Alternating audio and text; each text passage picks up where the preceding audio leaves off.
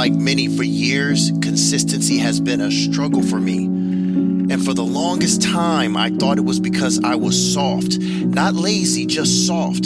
See, I figured if I could embrace the breaking, I could get to the breakthrough. And if I could surrender to the suck, I could taste success. And there's real truth to that idea, because until we truly accept that it requires arduous effort to overcome whatever obstacle is blocking our desired results, and that we need to be okay doing life hard, we're dead in the water and we can't move forward.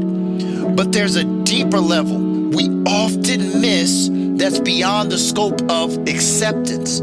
A deeper level of awareness. We need to master our emotional state. You see, I've stumbled into a powerful temperament, not by design, just by chance. And I know many of us can relate. We happen to wake up on the right side of the bed, and the day goes well, not because amazing things happen, but because we happened into a state of excellence. So we emanate positivity to such a degree that the daily trials lack their normal effect. Matter of fact, they largely go unnoticed. That kind of disposition that places one into a flow state, man, many of us can count on one hand how many times we meet the day in that mood throughout the year. But I've experienced the power of intentionally managing one's emotional state, and I've learned it the hard way. Back in 2016, I committed to waking up every morning at 4 a.m., meditating and starting my day with intention. 2 weeks in, I was feeling energized, alive, like I had cracked the code. And then, boom, my ex told me for the third time she wanted a divorce. It hit me like a ton of bricks. Everything I thought was foundational, marriage, family, love, shattered. Now, as a Christian who's deeply aware of the spiritual realm, I saw what was happening. The enemy recognized that I was stepping into a new lane, one that could change my life, and the devils couldn't allow that to happen. So they struck me in an extremely sensitive and vital area to confuse my newfound direction. And I'll admit it, they succeeded. I fell off. But even though I fell, I never forgot that state, and I long to get back to it ever since. Here's the bottom line. Inconsistency isn't caused by a lack of discipline. No, discipline is fueled by our emotional state, aka mood, aka temperament. And our internal state is shaped by our focus. This is how it works. When we focus on negativity, our concentration causes us to internalize dysfunction, which in turn stiffens up our ability to communicate, move, and think, which then generates low performance. Poor output, which is inspired by negative energy, impacts our results. And then we feel even worse about ourselves and life. And even if we try to push through the trash outcomes with willpower, we inevitably become emotionally calloused and bitter. Ultimately, we can get so accustomed to being angry that anger becomes our default. Hate becomes the fuel. And look, for some, that fire can get us through a lot. That nothing's going to stop me, I'll do whatever it takes. Chip on our shoulder mindset can produce noticeable results. But here's the $1 million question. What if we could get the same results while maintaining a tender heart, gentle spirit, and joyful disposition? We accomplish this by shifting our focus away from the problem and toward the promise. Every Every obstacle, no matter how ugly the opposition, is pregnant with opportunity. But it takes real strength to see the beauty in a pile of broken pieces. And that strength, it's within us. It's in our power to perceive. This is why the Bible talks about walking by faith and not sight, because the pathway required to proceed to progress is laden with pain. And we're not going to be able to see how the early mornings and late nights, the heartbreak, the no's, the rejection, the loneliness, the boredom, the backbreaking work, and the abstinence is going to produce the promise we desire.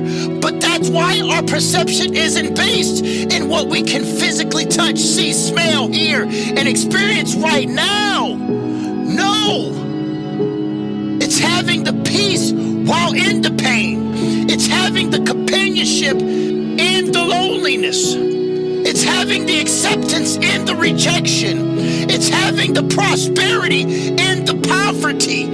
It's experiencing the gratification while abstaining. That's how faith in real life looks. And the proper perspective, which prevents poor performance, requires dedication to faith. Now here I am for the 9th time, going through a divorce with the same woman. But this time I'm not crushed. Why?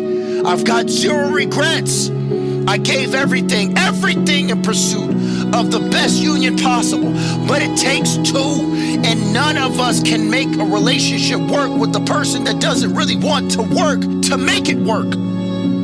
We're all broken. So there's no condemnation for those that don't wish to relate in a relationship.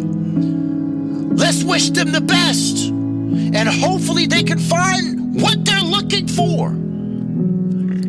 But let's just ensure that we've given anything worth committing to our entire heart, soul, spirit, and mind. When the end comes, it should not be able to question our output in any meaningful relationship or worthwhile pursuit that didn't work out. I'm not bitter about her leaving. In fact, I'm thankful. She's blessed me with the opportunity to one day be loved, appreciated, and fully accepted. I fought this battle 8 times. Like Jordan said, I have nothing left to give. I can let this go with peace. But here's the real power. My focus isn't on the time I've lost, isn't on the love I've lost, isn't on the broken relationship and the broken family, but on the man I've become. And this is the message I shared with a colleague who was recently promoted. He gave a killer presentation that didn't land, and his senior stepped in and closed the deal with the same pitch. He was frustrated, but I shared with him what all need to know. Focusing on results is a recipe for disaster. We don't focus on results. We focus on our effort and execution. Because if we've given everything we had, if we showed up and showed out, and the outcome didn't go our way, that's life, baby. And on this broken planet, life isn't fair. Jesus never promised ease. He said, you're blessed when you're persecuted for doing the right thing. So if we're expecting ease in response to goodness, we've misunderstood the battle. Rapper Jeezy said it like this: if you and the devil never come face to face, it's because y'all going in the same direction. Jesus added to that with, in this world you will have trouble, but take heart, I have overcome the world. We're blessed not because life is easy, but because we develop character through the trials, endurance, wisdom, humility, love, and most importantly, we discover that happiness is a choice. No one, not even the devil, can steal our joy unless we give it permission. The battlefield is the mind, and we win when we take charge of what we focus on. We wake up and we choose gratitude. We choose to see opportunity. We choose to see that that the suck leads to success. And yes, carrying our cross leads to crucifixion, death, and burial. But there's also resurrection. So no more drowning in responsibilities. No more spiraling in anxiety and depression. Not today, not ever. We're choosing to focus on the resurrection. The crucifixion inevitably sets in motion, and in doing so, we shift our emotional state from being constrictive to liberating. That state puts us in flow, in rhythm, in sync. And when that happens, greatness is attracted to us because we're vibrating on its frequency. See, we're saved by faith, and the strongest evidence of faith is not just what we say. It's not just what we do. The most important evidence of faith is our emotional state in which we live. The state of peace, joy, determination, knowing, love, and hope. Doesn't it just make sense to tune our frequency to life by focusing on effort, growth, potential, the promise, Jesus, opposed to focusing on the outcomes, disappointment, and the waves? When we do, we'll walk on water, no matter how stormy life gets. Hallelujah.